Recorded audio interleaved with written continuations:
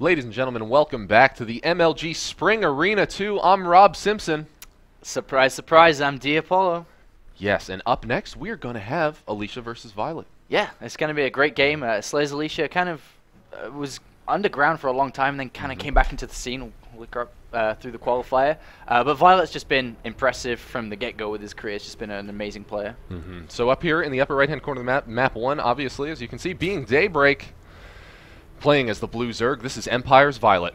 And his opponent down here, lower left-hand corner of the map, playing as the red Protoss. This is Slayer's Alicia. And you guys can't see us, but we're both casting in boxes. Yep, because topless. we can. That's what gameplay 1 is for. Yep.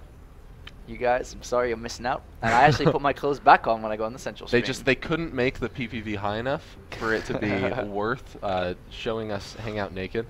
Maybe if it keeps increasing, then you'll see us naked later on. Alright, so Daybreak is pretty much a match that's been played so often it's kind of figured out, I think, in this matchup especially, where you pretty much see, 3 hatchery versus a Protoss player that could, gonna go Forge Fast Expand, but could do a 2 base, could go for a 3rd. So it's always comes down to the Protoss decision. So this game is pretty much in Alicia's hands. It's like, what do you want to do here? Are you gonna try and take the game early? Are you gonna play more defensively? And especially with Violet, I mean, Violet's ZVP is essentially always his 15 pool into hatch, into 3rd. Yeah. And the key thing with Violet is that he's a very dangerous player. So unless you're on top of your scouting, and especially if Violet decides to take gas early too to prevent you from scouting anything, then you naturally would take a defensive stance in the game because Violet is such a dangerous player. He kind of got his fame through being an aggressive Zerg player. So oh yeah, and he's willing to take crazy risks, and a lot of time he's good enough to execute absolutely everything required to. I mean, he's like a player that has very high variance with his play. Like if he sees a 1% opportunity, he'd go for it. Right. Even though it's a very small chance. He'll make his own. Yeah, he'll make it happen. But with that comes a lot of losses. Of course, the high variance style is that sometimes it doesn't work. So we may see a safer, natural style come out through Alicia just because knowing Violet's style. And now over here, we saw that Alicia did just go for his Nexus first, of course, followed by Forge shortly thereafter. Oh, the pylon just barely getting down before the last hit finishes off that probe. And now, of course, the drone opting to move down into the 3rd. Now, worth taking note. I was ready to say that Violet actually skipped his 2 sets of lings, but of course he throws them down right now. Those are going to be undoubtedly used to finish off that pylon. Yeah, I mean, ideally you'd love to skip the lings, but with that pylon there, it's like, oh, all right, let me get them out. And sometimes you see players build 2, but you kind of need to get rid of that pylon. If you hadn't, maybe as quick as possible, especially because you end up throwing it down around the 22 supply mark. Yeah. Exactly. And with this Nexus first, by the way, that we see Alicia do, this is actually a very powerful build. Even though it doesn't look like much now, but he's going to have double sets of Chrono Boost early on, he's going to have double Pro production early on, and that actually powers his economy. He gets basically saturated a lot faster than usual, and this could lead not to any light aggression. You don't really see a +1 attack or a little +1 tickle, I suppose, or any Void Ray play. It's more like a big power play, a big strong push. Roughly around the 8-minute mark. Right, because you try to get your economy as strong as you can early, so that you end up having more units than your opponent expects. At the highest level, I guess. And he could also, he doesn't necessarily need to power play, as I want to call it right now, but he could also just take a 3rd. Alliteration is fun anyway, so it's fun. Probe, did it see the 3rd? I think it did. Or would it see the natural, sorry, which is more important. It hasn't yet. Oh, hasn't seen anything, actually. No, doesn't know that any of those bases are there. Although, I mean, I don't know. When he may get a Zealot Violet, out. you can just about guess. Yeah. Yeah. He may just get a Zealot and send the Zealot across. He's building the Zealot now. He kind of, especially against Violet, even though it's very normal to go 3 hatcheries, there is that off chance where he doesn't and he takes gas, and then all of a sudden you're hit with a Baneling attack or something, right? So he will probably want to send that Zealot straight across. If not, playing blind could be dangerous against an aggressive player like Violet.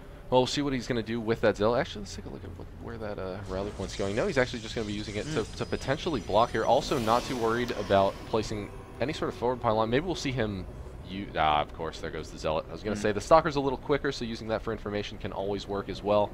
Violet's going to be keen to this, though. He is going to see that Zealot coming out here. If he gets this around and just micros a little bit, that Zealot's actually not going to be able to get any of that useful information. Oh, wow. Okay, there. Pretty good micro from both players. But with the Stalker follow-up, he's actually going to push these 4 links back. Zealot's still trying to fight with these links, but with the Stalker, he can actually put pressure back on. He, takes his full Zealots, he's like, alright, well, build more now, because you have to. And with the Stalker, he could go across the entire map, he could leave it behind, but one thing to note, he hasn't actually built a sentry yet. It's a lot of gas banking up. Yeah, it does have +1 on the way, but very interested to see what he's about to do. Is he going to throw down a Twilight Council pretty early and go straight to +2 with this extra gas, or... I don't know. It's interesting. Well, I mean, like you said, it's up to him, right? Like, this game is going to be decided by what the Protoss player chooses to do, and whether or not the Zerg player can actually stop it. Now we see the Roach Horn being added on. I think that's right around the 50 mark, so maybe we're going to see that super heavy Roach play, although we do see him adding on the metabolic boost and opting for some additional lings. In the back, man. 7 gateways. 7. Look at that. There's that power play. Just has such a good, fast economy, and he's like, all right, let's do it. Yeah, and with the you gas need to be able to crush up through before all those roaches are able to get out there, right? Relatively late Roach Horn, you normally like to see this taken in like the mid-40 mark, but instead we just saw so many extra lings added on. And he's got a pylon down too already, and with the Stalker, you chrono-boosted out and the 2 Zealots, he's easily able to keep this up. So, well, I don't know what's the drone count. Oh my god, 20 drones! That's actually just game. Wow. That actually could be just game now. Yeah, because I'm not sure that, I mean, he's going to have too many drones to be able to stop this attack. And even then, he had so much gas there, although he would have been supply blocked, so maybe at most he could have added on 10 roaches. But still, with this amount of units that are about to come out, we see how much resources are currently banked up by Alicia, and he's going to be able to do a massive push here. Now the roaches are coming, but it's a little bit too late. This is not a sentry play. This is pure Zealot Stalkers. The Zealots are going to tank a lot of damage while the Stalkers continue to pile down on the roaches. But that 20 drone was such a big risk to take, and I don't think it's going to pay off.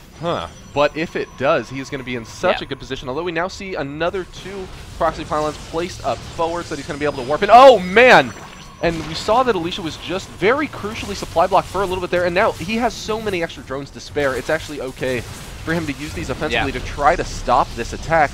Really, this isn't that many units, and there are just so many roaches. He also has the queens in play as additional roaches come up into the battle as well.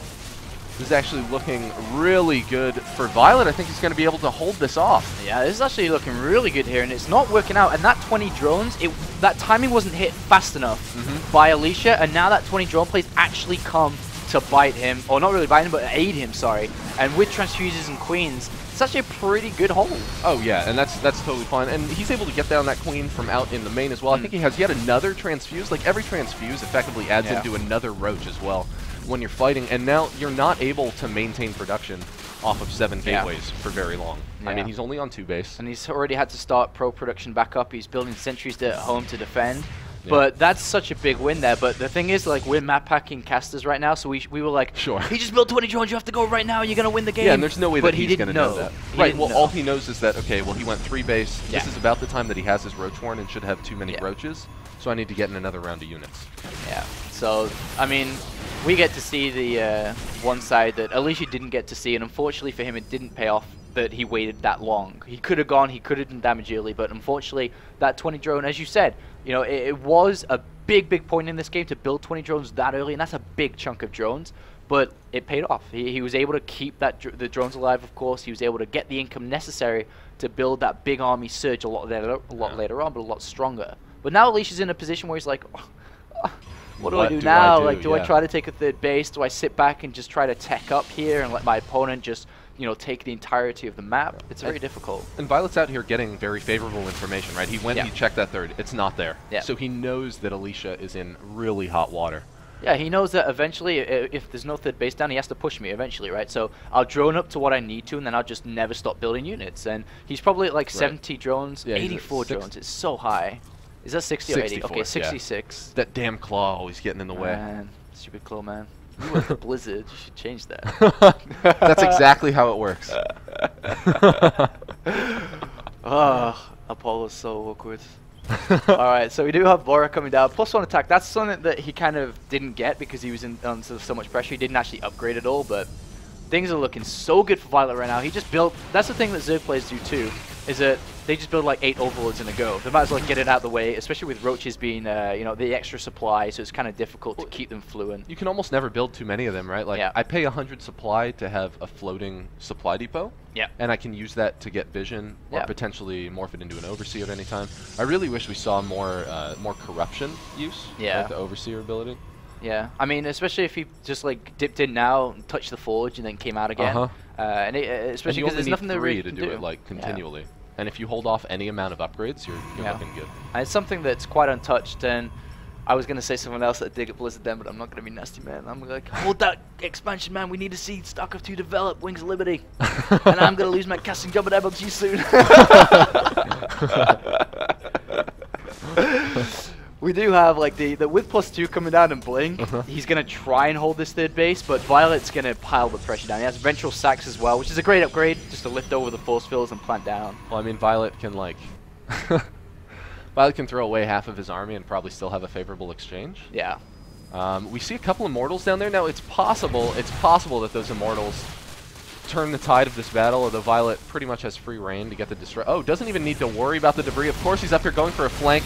That was not canceled. I did not see the 300 minerals out there. Those roaches just dealing too much damage. Now, he's not even going for the flank in this exchange. He's just going to burrow and merely go for the natural. Instead, we see those Lings also running up into the main. The cybernetics core is going to go down. We're not going to see any more Stalkers coming out after this.